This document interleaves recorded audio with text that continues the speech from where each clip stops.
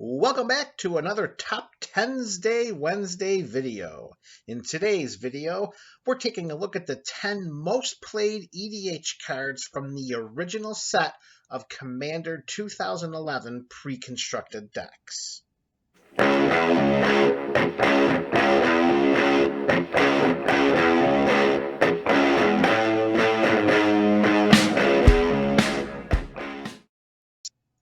Magic's first set of pre-constructed Commander decks was released on June 17, 2011.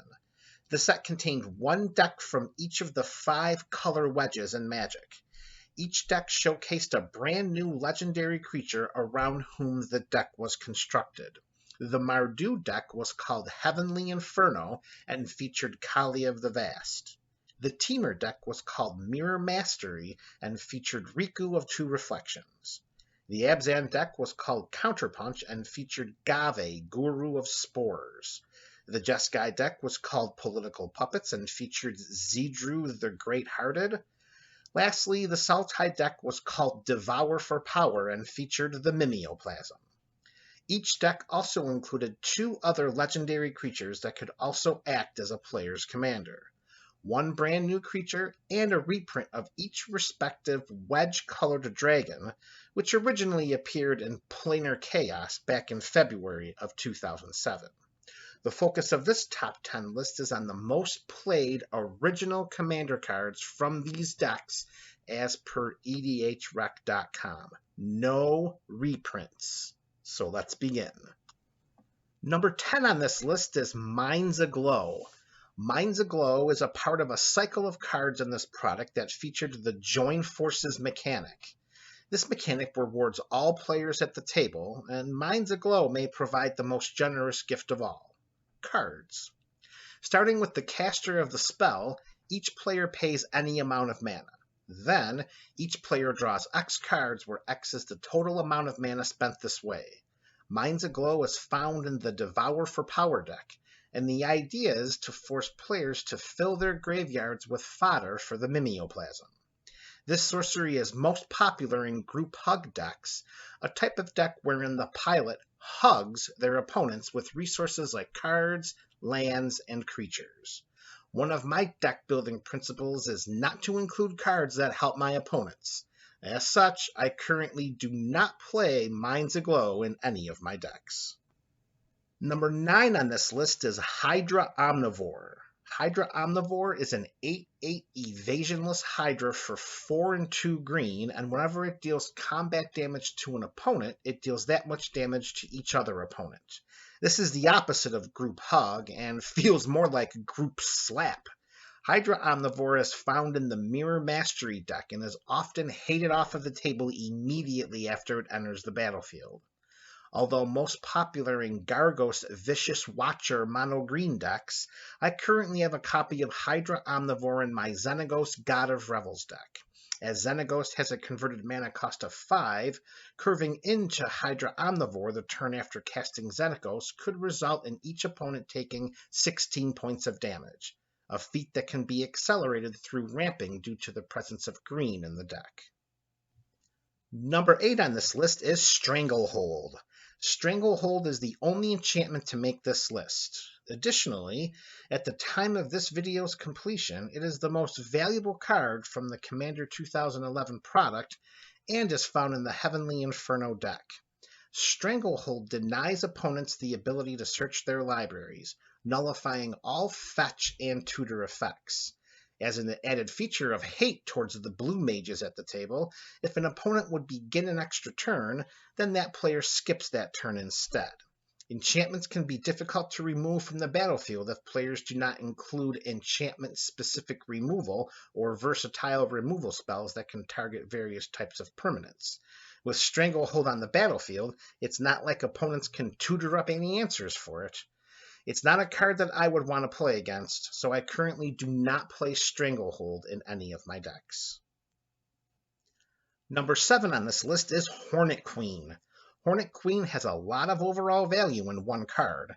Found in the Counterpunch deck, its converted mana cost of 4 and 3 green is not intimidating because this is Commander and green, which means access to the best ramp spells and the best color in all of Magic. Hornet Queen is a 2/2 insect with flying and death touch. When it enters the battlefield, its controller creates 4 1/1 insect creature tokens with flying and death touch. For an investment of 7 mana, the return is a total power toughness of 6/6 stretched across 5 bodies, and each creature has flying and death touch. Creatures with flying and death touch are great combat deterrents for opponents. Additionally, its enter the battlefield trigger can be abused mercilessly. This is aptly demonstrated by commanders such as Yarok the Desecrated and Riku of 2 Reflections.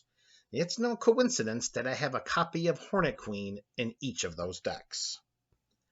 Number 6 on this list is Edric, Spymaster of Trest.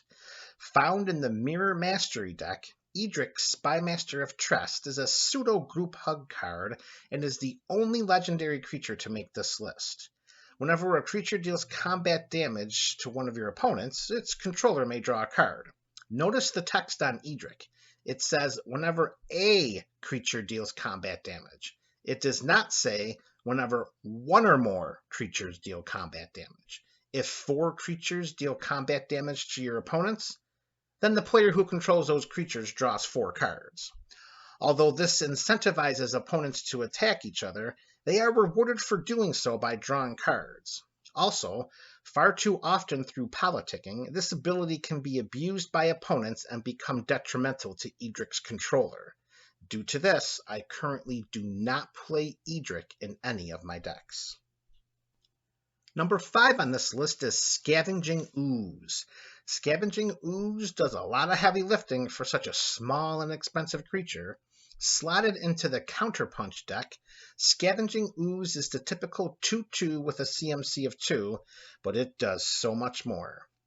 By investing 1 green mana, Scavenging Ooze can exile a target card from a graveyard.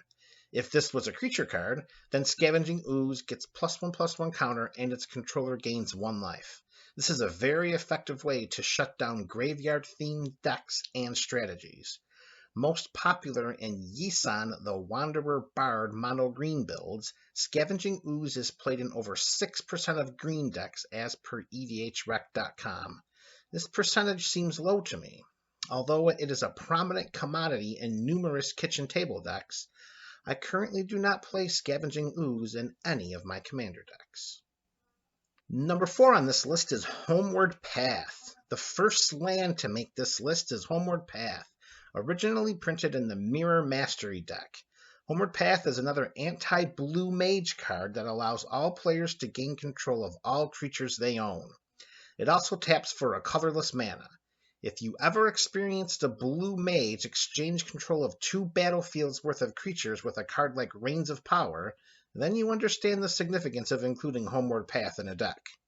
If you ever experienced the blue mage swap their Gilded Drake for your Zakama Primal Calamity, then you understand the significance of including Homeward Path in a deck. I have a copy of it in my Xenagos God of Revels and Kozilek the Great Distortion decks. Number 3 on this list is Flusterstorm. The first instant to make this list is Flusterstorm, originally printed in the Political Puppets deck. Appropriately, Flusterstorm has the Storm mechanic, which allows its caster to copy the spell for each spell cast before it this turn. Flusterstorm counters target instant or sorcery spell unless its controller pays 1 generic or colorless mana. Flusterstorm has a converted mana cost of just 1 blue, making it easily affordable to cast.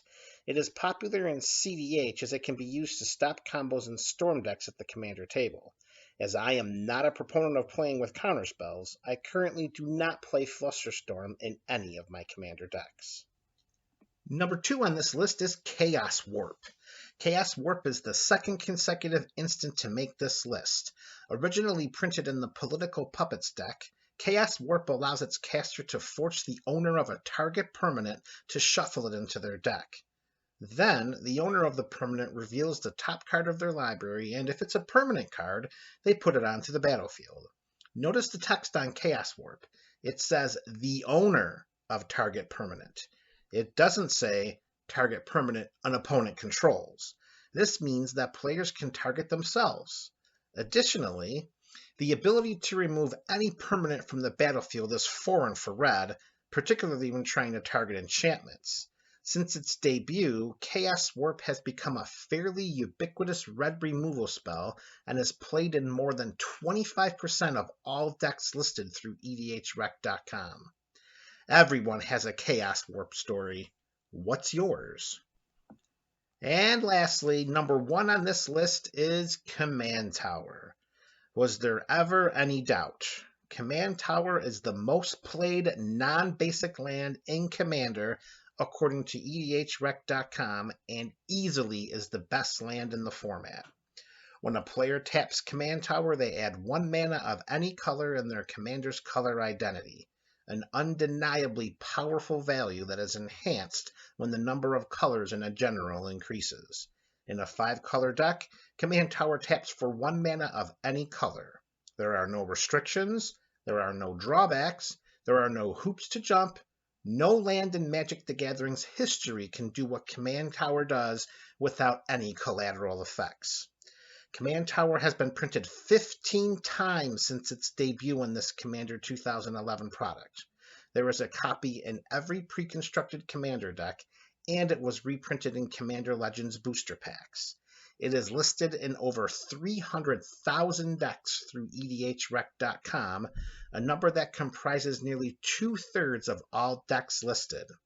Honestly, I'm surprised that percentage isn't higher. That'll do it for this top 10 list. Don't forget to hit those like and subscribe buttons on the way out. This is MTG Burgeoning. Go forth, enjoy yourselves and each other.